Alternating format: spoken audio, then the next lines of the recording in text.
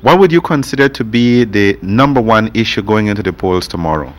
The record of this government as compared to that of the last government, whether people believe as I do that the UDP has performed very creditably in extremely difficult local and international circumstances, whether people are convinced as I am that a second UDP term will result in an expansion of social opportunities and in a concrete and measurable improvement in the quality of life for Belizeans. When it comes to the economy, are you satisfied at the economic performance of the country? And what would you suggest or what would you believe is the way forward in improving the economic situation? I am satisfied, relatively speaking. Again, we have to place things in their context. Given that shortly after we took office, the world was plunged into a global crisis of unprecedented proportions. The fact that every year but one, the Belizean economy grew. The fact that for the year we're just completing, the fiscal year we're just completing, the economy would have grown by 3%. The fact that for next year, the central bank projections are that we will grow by 3.5%. I consider that in comparative terms to be a record of which we can be proud. Now, precisely because there was the global crisis, which meant a fall off in foreign direct investment, which meant a fall off in international tourism, sorts of things that affected us. There was, without a doubt, a slackening of private sector activity in this country. It was in those circumstances that I was convinced that government needed to step up to the plate, that government needed to increase its role in the economy, and we were able to do this by way of the luck that we had with respect to increased oil revenues, also by way of the borrowing that we did on concessionary terms from the multilateral development banks for our infrastructure push. Because of, I think, good stewardship, the proper husbanding of our resources, we were able to use our local revenues to fund the sorts of social justice programs that I think have become the hallmark of this administration. Going forward, because the world is, however slowly, coming out of recession, I think that there must now be a renewed emphasis on the role of the private sector. And I am taking steps to ensure that if I am back there, a government can put its money where its mouth is in that regard, that we can seriously empower the private sector structurally and create a better working relationship between the public and the private sectors, try to reorient the culture or tweak or reform the culture of the public service so that there might be more of a focus on enabling the private sector. If that can happen so that as a driver both of growth and as a creator of employment, we can begin to see more jobs coming out of the private sector, and we continue government's social push, government's social programs, government's pro-poor initiatives, then the thing would have come full circle and we would end up with an overall situation that will be measurably improved over how things are now. From the point of view, as I said, of the weight having been carried throughout this administration by the public sector, the expectation now that there will be once again a real partnership between private and public sector must mean that the net result will be an increase in benefits to the Belizean people and the economy. Would you seriously rethink your decision to not appoint a 13th senator? Oh, Patrick, I'm going to be perfectly honest. I really think that's going to lead to paralysis in government. It's not a criticism. Perhaps it's in the nature of things for those that are not part of the administration to be more often than not in opposition to the government. Sometimes in confrontation, but even if not in confrontation, in opposition. I really don't see that enabling common cause to be made between the formal opposition and the independent senators so that together they can delay legislation whenever it suits them. I don't think it's going to be healthy for our democracy. I don't think it's going to be healthy for improved and effective governance. I look at what happens in the United States, where their system is such that you actually have this divide between the administration and the Congress, and how over things like the debt ceiling, over things like extending the payroll tax, there was this tremendous logjam in the United States that caused all sorts of consequential developments that were not good for the US and not good for the world. And I think that on a smaller scale, on a much smaller scale, of course, given our size, that sort of thing is likely to occur here if there is the 13th senator. I feel that we have done very well by our reform agenda. That is one aspect of it that we did not implement because I did find myself engaging in a rethink. I am convinced now that it would not have been a good thing in terms of, as I said, the effectiveness of government. There are other ways in which the NGO community can leverage government, can lobby government, can pressure government. I don't think creating the sort of tool that would have allowed them in concert with the opposition to actually block legislation is the way to go. When it comes to the issue of offshore drilling, would a future United Democratic Party government be willing to compromise on this issue? Well, it depends what you mean by compromise. I've already said publicly that, in my view, there should be a referendum. There should be a proper referendum. I actually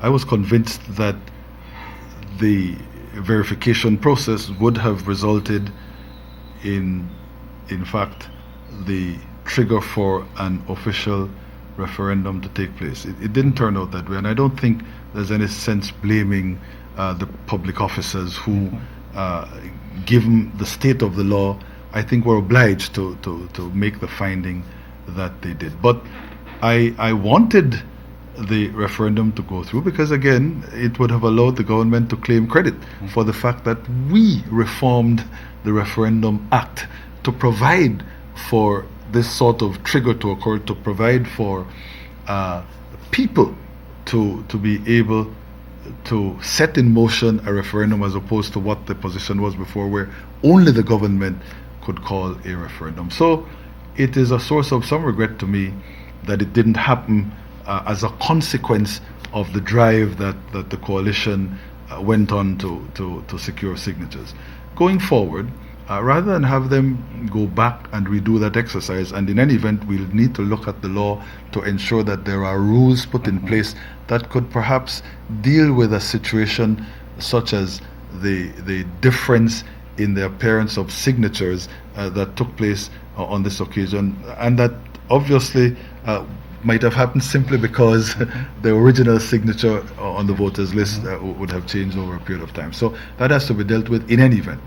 But on the referendum for offshore drilling itself, I think that the government should officially sponsor the referendum through the National Assembly. If I am back there, it is something that Cabinet would have to agree to support. But I don't think that it will be a difficulty. No. Of course, what is the question or the questions to be asked in the referendum is altogether a different matter. I cannot agree to a sort of loaded question that almost, subliminally, if not overtly, is directing people as to which answer to give. This morning I was citing the example of what's happening in the UK, where the Scots are talking about perhaps disengaging from the United Kingdom. And there is going to be a referendum on the issue, but the quarrel is over how you frame the referendum question. And I suspect that we'll have the same sort of difficulty here.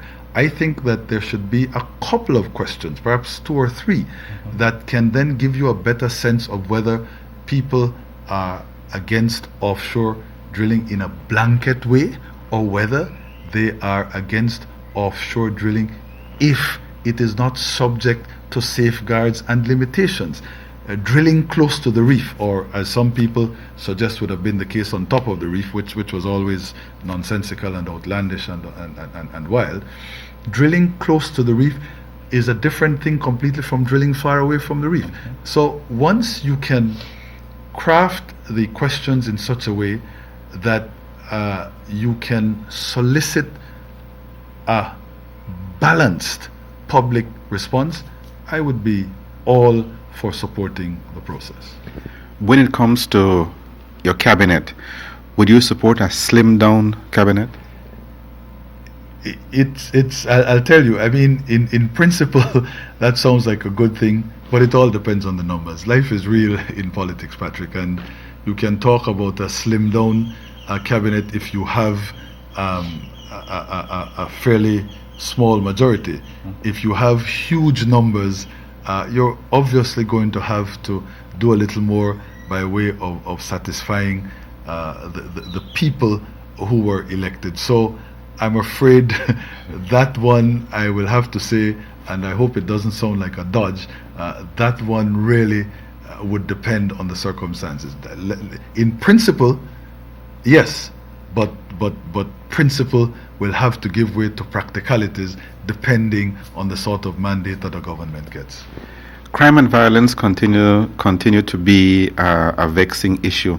How would a future UDP government under your continued leadership address that issue?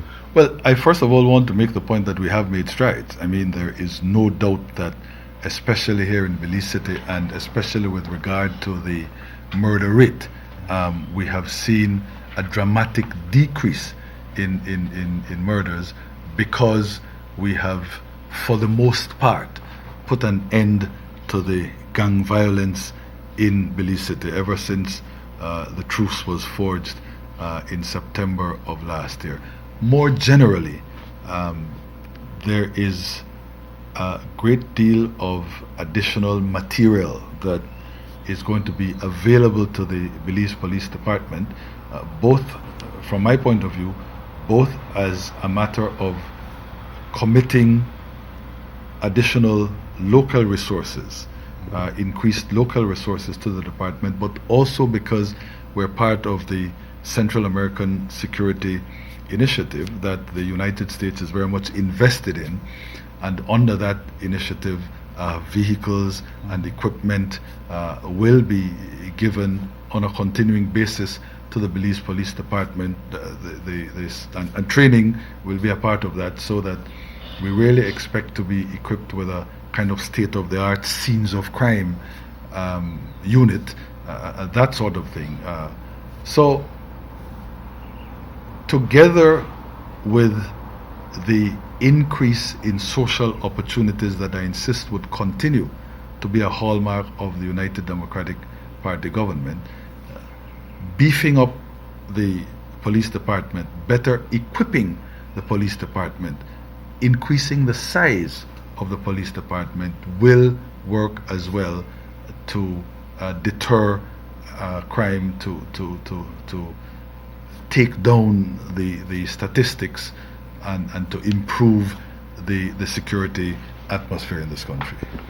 What would you say to the criticism that you're paying criminals to hold it down?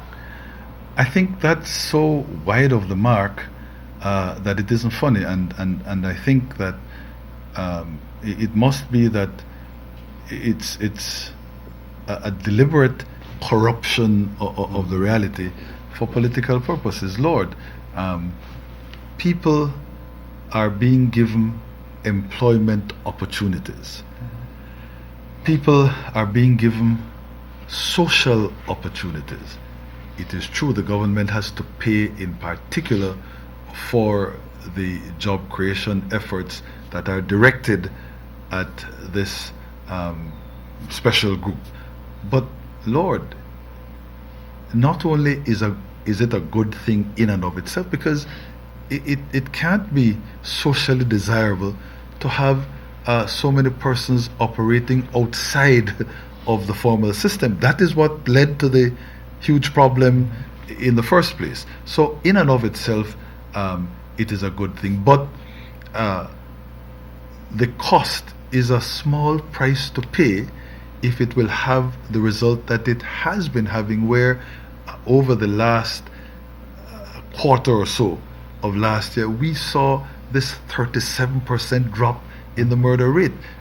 I don't think any serious-minded, objective Belizean will mind at all the additional cost to government revenues, to taxpayers, of a program that succeeds so handsomely, so dramatically in getting us out of this horrible cycle of killing and retaliation and killing again, and that nihilistic nonsense. So I reject the criticism out of hand, and I feel that the results have proven that this is absolutely the way to go, and I would commit completely to a continuation of the effort if I'm re-elected.